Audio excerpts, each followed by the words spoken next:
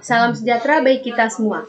Terima kasih kepada Bapak Ferdinandus Lidangwiti yang telah memberikan waktu dan kesempatan untuk saya dan teman-teman untuk mempresentasikan hasil kerja kelompok kami. Kami akan mempresentasikan pertemuan ke-10 tentang fungsi pemasaran. Saya, Christine Yuniarti, sebagai moderator dan anggota-anggota saya yang pertama, Pancracia Pati Aji, yang kedua, Nikolaus Realinonggarang, yang ketiga, Gregorius Barbarigo Potokota, dan yang keempat, Bernardus Lado. Yang pertama, peran dan tujuan. Fungsi-fungsi dalam suatu perusahaan adalah fungsi produksi, fungsi keuangan, fungsi personalia, dan fungsi pemasaran. Yang kedua, semua fungsi dalam perusahaan pada akhirnya untuk maximum profit.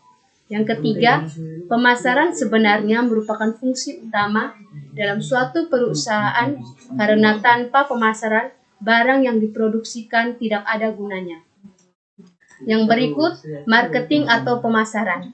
Marketing adalah suatu sistem kegiatan bisnis secara total yang dirancang sedemikian rupa untuk merencanakan jenis barang yang dijual, menetapkan harga, promosi, dan mendistribusikan barang-barang dan jasa-jasa yang dapat memuaskan konsumen potensial.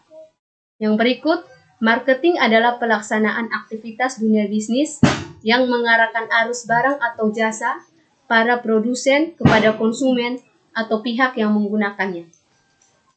Yang berikut, pemasaran adalah suatu usaha untuk menjuruskan dana dan daya milik perusahaan ke arah pemberian kepuasan kepada para pembeli dengan maksud agar perusahaan dapat menjual hasil produksi, memperoleh laba, dan mencapai tujuan pemasaran. Pemasaran adalah pertukaran barang dari tangan produsen ke konsumen dan terjadi karena adanya kebutuhan konsumen dan dipuaskan oleh produsen. Baik, berikutnya saya akan menjelaskan kegiatan marketing. Kegiatan marketing meliputi menetapkan apa yang dikehendaki konsumen, merancang dan mengembangkan suatu produk yang dapat memuaskan kebutuhan tersebut.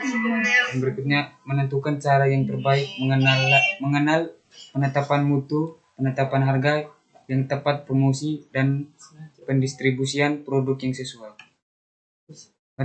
Marketing dikatakan berhasil apabila dapat memaksimumkan volume penjualan yang menguntungkan dalam jangka waktu yang panjang. Oleh karena konsumen tersebut dipenuhi kebutuhan dalam rangka untuk memperpanjang usaha-usaha marketing yang telah dilakukan. Marketing atau pemasaran sering dianggap sama dengan berbagai istilah seperti selling, merchandising, dan distribution. Ketika istilah ini dijelaskan sebagai berikut. Selling adalah sebagian dari promosi. Merchandising adalah perencanaan produk, yakni perusahaan berusaha merencanakan produk atau jasa yang paling tepat pada harga yang tepat dan dengan pengepakan yang tepat, warna serta ukuran yang tepat. Distribution adalah saluran distribusi yang menyampaikan barang ke pasar atau pada konsumen akhir. Baik, berikutnya saya akan menjelaskan tentang marketing. Marketing terdiri dari beberapa bagian, yaitu 1. Memusatkan perhatian pada pemenuhan kebutuhan konsumen. 2. Perusahaan menetapkan apa yang dikehendaki oleh konsumen, kemudian memproduksikan produk tersebut dan menyampaikan secara tepat ke konsumen. 3. Manajemen berorientasi pada usaha memuaskan kebutuhan dan keinginan konsumen. 4. Perencanaan berorientasi pada jangka panjang. Berikutnya, selling. Yang pertama, memusatkan perhatian pada produk. Kedua, perusahaan membuat produk dan setelah itu baru bagaimana cara menjualnya. Yang ketiga, manajemen perusahaan berorientasi kepada jumlah penjualan. Keempat, perencanaan yang dilakukan berorientasi pada jangka waktu terbatas yang diproduksikan sekarang dan dijual sekarang. Yang kemudian, konsumen. Konsumen memilih produk atau ketenangan mulai dari kebutuhan konsumen, apa yang ingin dia apa yang ingin dia membutuhkan barang tersebut. Kemudian motif dan keinginan. Lalu motif dan keinginan dibagi lagi menjadi 3, yaitu yang pertama ada keputusan pembeli, yang kedua faktor-faktor internal, dan yang ketiga faktor-faktor eksternal. Faktor-faktor internal terdiri dari informasi, personality, sikap, dan nilai. Dan sedangkan faktor-faktor eksternal terdiri dari faktor-faktor permasalahan dan faktor-faktor lingkungan. Yang berikutnya tentang lingkungan pemasaran.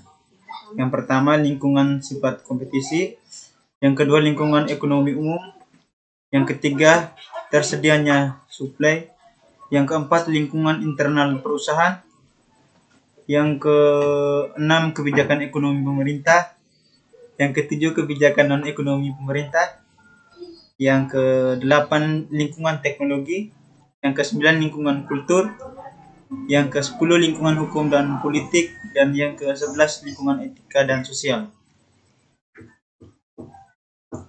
Yang berikutnya ada bauran pemasaran. Bauran pemasaran terdiri dari produk, price, promotion, dan place. Jenis-jenis produk. Yang pertama barang convenient, yang kedua barang shopping, yang ketiga barang spesial, dan yang keempat barang istimewa. Berikutnya saya akan menjelaskan tentang harga. Yang pertama, orientasi keuntungan, yang kedua orientasi pangsa pasar, yang ketiga orientasi pesaing, yang keempat orientasi pembeli, yang kelima orientasi pemerintah, yang keenam orientasi produk, yang ketujuh orientasi saluran dan promosi. Berikutnya, faktor yang perlu dipertimbangkan dalam penetapan harga. Yang pertama, penentuan tujuan penetapan harga. Yang kedua, estimasi jumlah permintaan terhadap produk. Yang ketiga, estimasi harga pokok produk. Yang keempat, analisa perubahan harga dari pesaing. Yang kelima, memilih metode penentuan harga. Yang keenam, memilih harga produk yang tepat. Berikutnya adalah promosi. 1. Penjualan pribadi atau personal selling. Yang kedua, periklanan atau advertising. Yang ketiga, promosi penjualan atau sales promotion. Berikutnya place.